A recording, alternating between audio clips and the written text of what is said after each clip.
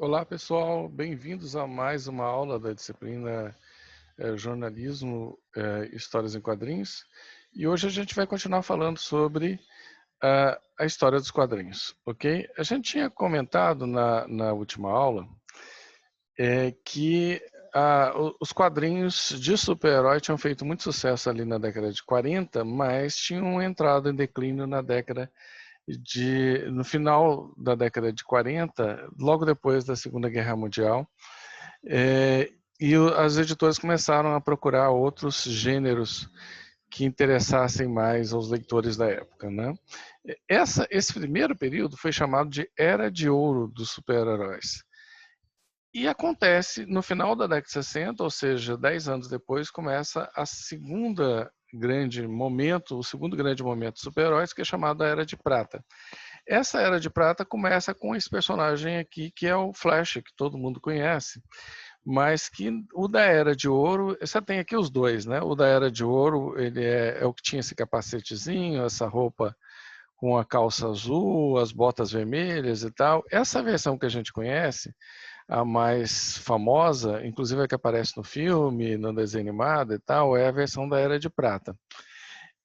Em determinado momento, os editores da DC Comics resolveram trazer de volta esse personagem e especificamente o Gardner Fox, que era o roteirista, e fez um sucesso estrondoso, né?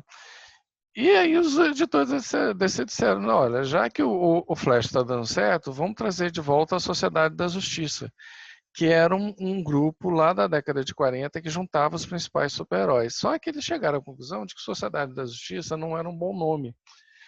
Parecia sério demais. Eles resolveram trocar para Liga da Justiça, que lembrava muito a questão das ligas de futebol norte-americanas, né? E a Liga da Justiça foi um sucesso absolutamente estrondoso, fez muito sucesso mesmo.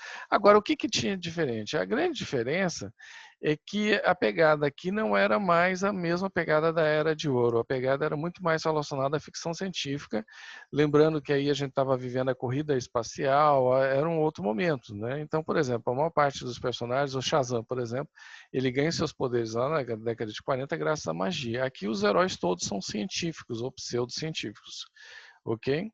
E aí dizem que o dono da Marvel estava jogando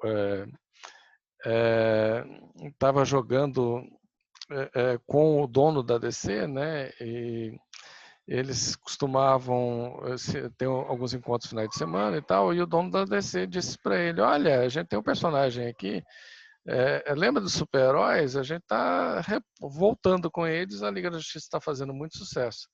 E aí o Martin Goldman, que era o dono da Marvel, né, na época não se chamava Marvel, chamava Timely, ele volta para lá e chama o Stan Lee e diz assim, cara, cria aí de novo uma espécie de Liga da Justiça, alguma coisa, porque você está fazendo muito sucesso, está vendendo muito bem, e a gente precisa ter uma Liga da Justiça, né?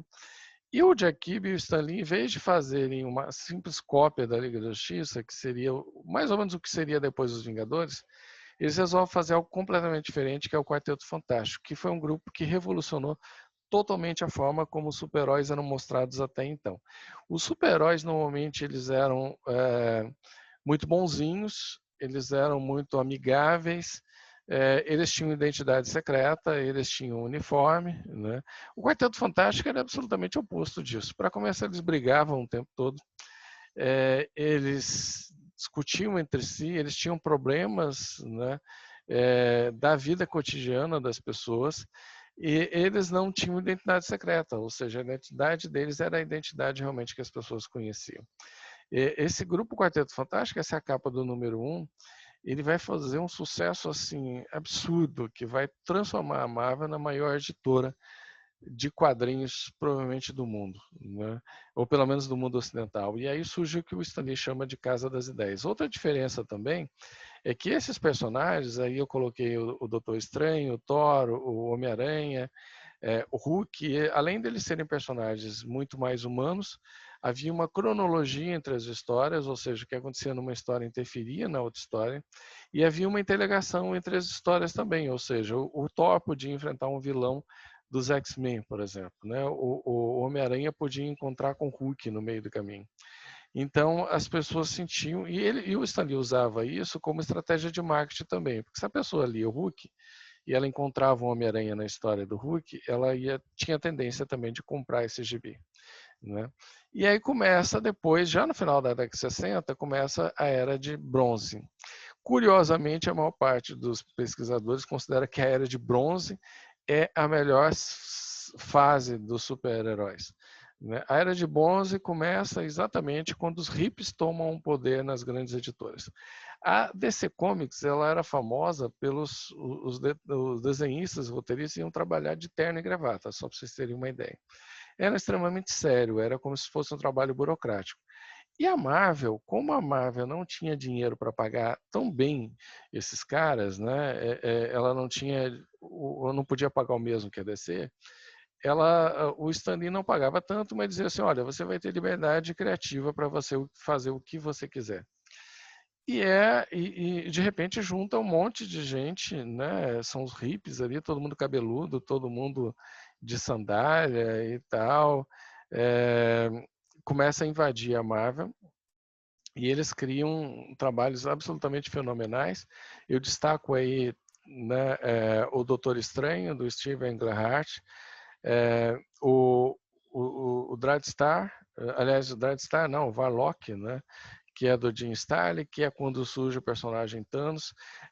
Esses caras aí, eles ficavam andando por Nova York chapados, fumavam maconha, e andavam por Nova York bolando histórias, e as histórias eram absolutamente bizarras, né? Então, assim, numa história do Varlock, ele encontra com uma lagarta que fala, ele tem uma situação que fazem ele de palhaço, que era uma crítica à questão de como as pessoas se conformam aos governos e tal. O Doutor Estranho ele se encontra com os personagens de Alice no País das Maravilhas, era absolutamente maluco. E um cara que tinha começado na Marvel e depois vai para a DC e começa a revolucionar a DC vai ser o Daniel O'Neil.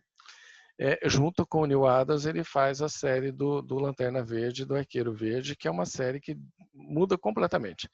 Eles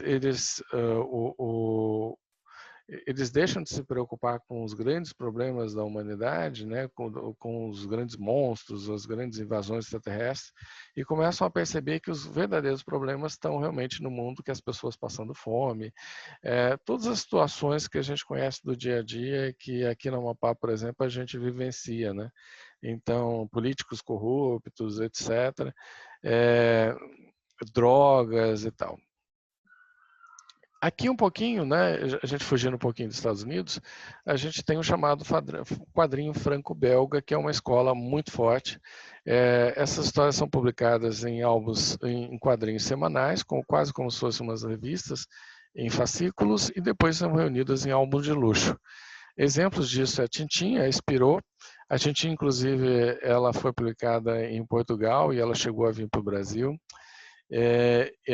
A Spirou, que é uma concorrente, né? A Pilote, que era exatamente dos caras que trabalhavam para Tintin, para Spirou, eles saíram e formaram a Pilote, que era especificamente os criadores do Asterix, né? O Deso e o Goscinny, mais alguns caras que eles conheciam, criam a revista Pilote.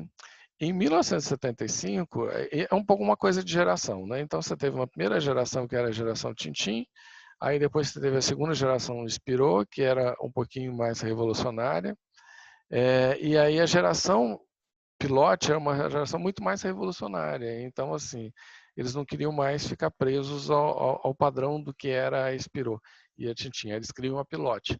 E a geração Metal Hurlan, que a gente conhece como Heavy Metal, é a geração que não queria mais ficar preso ao que se fazia na Pilote, queria fazer as coisas. Então, assim, cada geração é mais revolucionária do que a outra. Entre os caras aí famosos está o Moebius, que cria lá a Metal Hurlan. Na Itália, enquanto isso é no quadrinho franco-belga, né? Na Itália a gente tem os famosos conhecidos aqui no Brasil, muito conhecidos, os fumetti. Fumetti é balão em italiano, né? Então eles criam, na verdade é o Bonelli, é um cara que era roteirista de quadrinhos, ele cria um personagem chamado Tex na década de 40, e o Tex faz um sucesso tão grande que praticamente vira a vaca leiteira da editora, né? E a editora publica muita coisa, até hoje eles publicam, eles têm uma quantidade de quadrinhos publicados impressionante. Eu separei algumas coisas. O Mister No é um personagem criado pelo filho do Bonelli, o Sérgio Bonelli. Aqui você tem o Dylan Dog, que é de terror, e você tem o Ken Park, que é faroeste. Faroeste é o forte do Fumetti, mas o Ken Park é um faroeste completamente diferente. Totalmente humano, totalmente voltado para as questões sociais da época. E são quadrinhos geralmente em formatos menores, em preto e branco, com papel jornal e 100 páginas. Ok? O Brasil, ele vai ter vocês devem lembrar que a gente comentou que o Brasil vivia um momento muito bom na década de 60, que era a questão do terror, né? E aí começa a se pensar numa questão de nacionalizar as histórias em quadrinhos. Isso começa com o Ziraldo, na época, o João Goulart era o presidente do Brasil, e o João Goulart visita a revista Cruzeiro, que publicava o Pererê do Ziraldo. O Ziraldo chama ele e diz assim, olha, é o seguinte, a gente tem uma proposta de nacionalizar os quadrinhos, porque o quadrinho americano é muito forte, isso tira mercado de muita gente e tal, né? E aí o Jango simplesmente compra essa ideia, cria todo um processo, uma lei de nacionalização das histórias em quadrinhos, e que as editoras teriam uma cota de quadrinho nacional que elas seriam obrigadas a publicar. No Rio Grande do Sul, Brizola, que era cunhado do Jango, cria uma cooperativa de quadrinhos. E parece que, né, parecia que estava tudo bem, parecia que finalmente o quadrinho nacional ia decolar, porque os quadrinhos de terror estavam vendendo muito bem.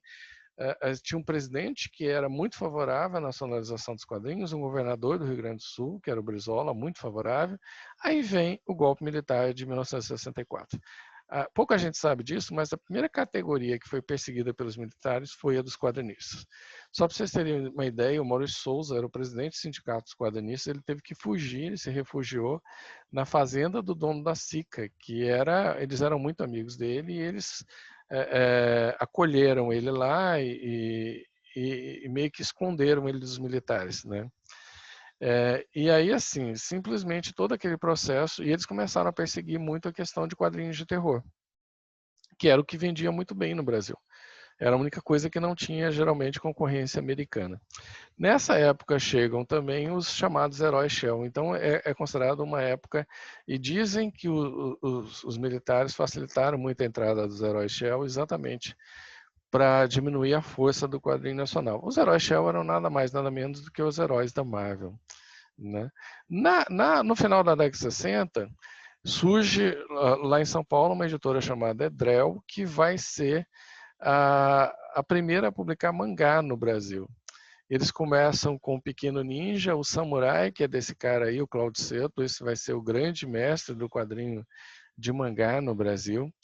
E eles começam também a ser perseguidos pelos militares. Para vocês terem uma ideia, tem uma história que o Seto conta, que a Maria Erótica, que era uma personagem dele, chegou a ser presa pelos militares. Eles foram na editora para prender o Seto não estava, e aí disseram, não, então a gente não vai prender ele, mas a gente vai prender a personagem. Eles pegaram as páginas das histórias em quadrinhos e prenderam numa cela, porque isso era um pedido das mulheres católicas, né? Elas queriam que parasse de publicar esse material, ok?